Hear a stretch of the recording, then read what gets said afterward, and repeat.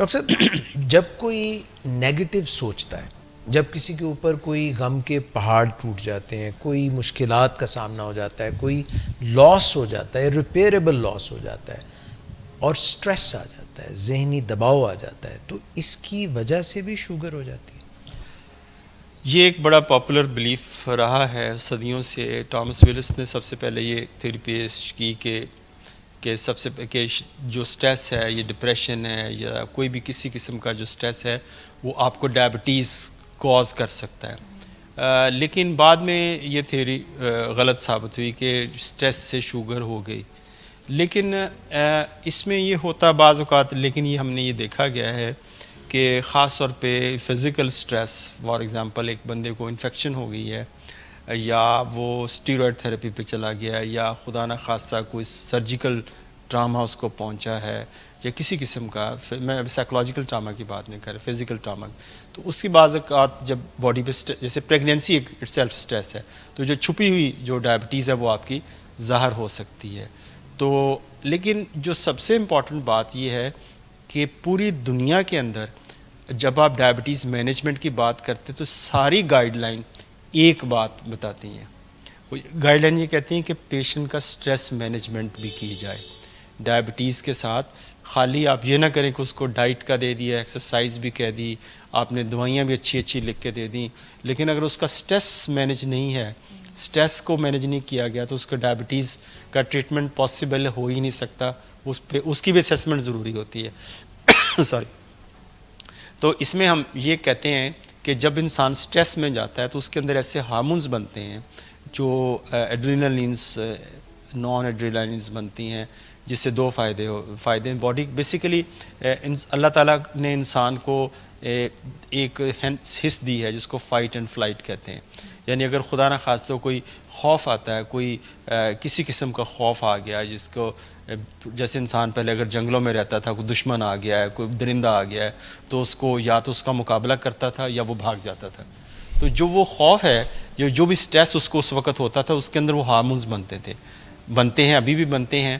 تو اس میں مثلا جو ایڈرینالین یا نان ایڈرینالین ہے تو وہ یہ کرتے ہیں کہ آپ کا ہارٹ ریٹ بڑھ جاتا ہے، آپ کے بلڈ پریشر بڑھ جاتا ہے، اور دوسرا یہ ہوتا ہے کہ آپ کے اندر جو آپ کی جو پیپلز ہیں وہ پھیل جاتی ہیں اور آپ کے جو گلوکوز کے سٹورز ہیں وہ خالی ہونا شروع ہو جاتے ہیں. یعنی آپ کا باڈی کا گلوکوز لیول بڑھنا شروع ہوتا ہے. تو کہاں جاتا ہے؟ مسل میں؟ مسل میں جاتا ہے، کیونکہ باڈی یہ سمجھ رہا ہوتا ہے کہ اس بندے کو اس وقت انرجی کی ضرورت ہے.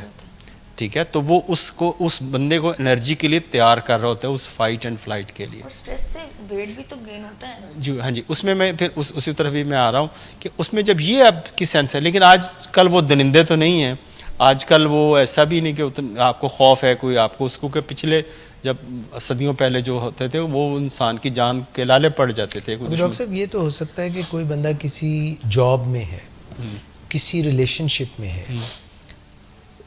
کوئی اس کا مالی نقصان ہو گیا، تو اس کو ایسا لگتا ہے کہ جیسے وہ تھا نا ڈر کے میں کھایا جاؤں گا، تو وہ تحفظ کا جو ہے تحفظ کا احساس اس سے جدا ہو جاتا ہے. تو یہ وہ سٹریس کی جو اس کی کاز ہے وہ بدل گئی ہے. یعنی جیسے آپ نے بتایا کہ کسی کو لاس ہو گیا ہے، کوئی ریلیشن شپ بریک ہوا ہے، کوئی بروکن ریلیشن شپ ہے، اس کے بعد دوسرا ہے کہ اس کی جاب کا کوئی ایشو ہو گیا، کسی کے ساتھ اس کا کانفلکٹ چل رہا ہے، تو کنٹینیوسلی سٹریس میں، تو وہ کنٹینیوسلی وہ ہارمونز جو اس کو فائٹ اینڈ فلائٹ کے لیے دیے گئے تھے وہ بنتے رہتے ہیں. کورٹیسول زیادہ بننا شروع ہو جاتا ہے، ایپینیفرین جو نان ایڈرینلین بنتی ہے، تو وہ باڈی اس کو اسی طرح رسپونڈ کر رہا ہوتا ہے جیسے وہ درندے کے لیے یا کسی خوف کے لیے کر رہا ہوتا تھا. تو اس کی وجہ سے اس کو دیکھا، آپ یہی دیکھیں تو اس کی وجہ سے اس کی جو اگر کسی کو ڈائبٹیز ہے وہ خراب ہو جاتی ہے. ڈاکٹر صاحب مگر مجھے یہ نہیں سمجھ آئی کہ اگر اس کا ایڈرینلین، نور ایڈرینلین، کورٹیسول یہ والے جو ہیں یہ ہمیں متحرک کرتے ہیں لڑنے کے لیے یا بھاگنے کے لیے کرتے ہیں، تو اس کا ڈائبٹیز یا انسولین سے کیا اثر ہو گیا؟ اس سے یہ ہوتا یہ ہے کہ دیکھیں ہمارے کنٹینیوسلی ہمارا گلوکوز لیول بڑھنا شروع ہو جاتا ہے، اور اس کی وجہ سے میں یہ کہتا ہوں یہ ڈائبٹیز کاز تو نہیں کرتے، یہ سٹریس وغیرہ ڈائبٹیز کو خراب کر سکتے ہیں. یعنی they can worsen your diabetes, they can worsen your glycemic control وہ اس کو ورس کر سکتے ہیں. یعنی جو ہمیں چاہیے کہ ہم اچھا کنٹرول کرنے کی کوشش کر رہے ہوتے ہیں, انسولین بھی دے رہے ہیں, دوائیاں بھی دے رہے ہیں, کوئی اس کا فائدہ ہی نہیں ہو رہا, مریض اسٹریس میں جاتا ہے.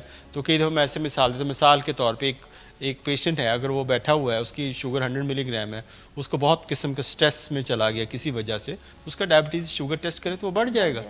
تو بغیر کچھ کھائے پیے تو وہ اس کا وہ جو ہے وہ شوگر لیول انکریز کر سکتا ہے because of this mechanism fight and flight جو بھی ہم نے بات کی. تو اس سے جو جس کو آلریڈی ایگزسٹنگ شوگر ہے, جو پہلے پیشنٹ ہے, اس کا ڈائبٹیز کا کنٹرول ورس ہو سکتا ہے. تو اسٹریس مینجمنٹ ساتھ ساتھ ہوتی رہنی چاہیے. اچھا, ایک جو بڑی بات میں نے جو ہمارے لوگوں کے اندر ہے, شاید آپ بھی اور مس بھی آپ کے واسطہ پڑتا ہوگا, ہمارے ملک کے اندر ڈپریشن اتنا کامن نہیں ہے جتنا انگزائٹی کامن ہے. یعنی ہمارے لوگ انگزائٹی ان کے اندر زیادہ ہے, گھبراہٹ, بے چینی, بے صبری, اس طرح کی جو چیزیں ہیں, نیند نہ آنا, یہ چیزیں زیادہ ہے. ہم لوگ ڈپریس نہیں ہیں. پروبیبلی ہمارے لوگ یہاں پہ سن لائٹ بہت زیادہ ہے, اچھی ہے, ویسٹ کی طرح نہیں ہے, اندھیرا نہیں ہے اتنا جتنا ویسٹ میں ہے. اگر آپ وہاں سردیاں بہت لمبی ہیں, لوگوں کنفائن, وہاں ڈپریشن زیادہ ہے.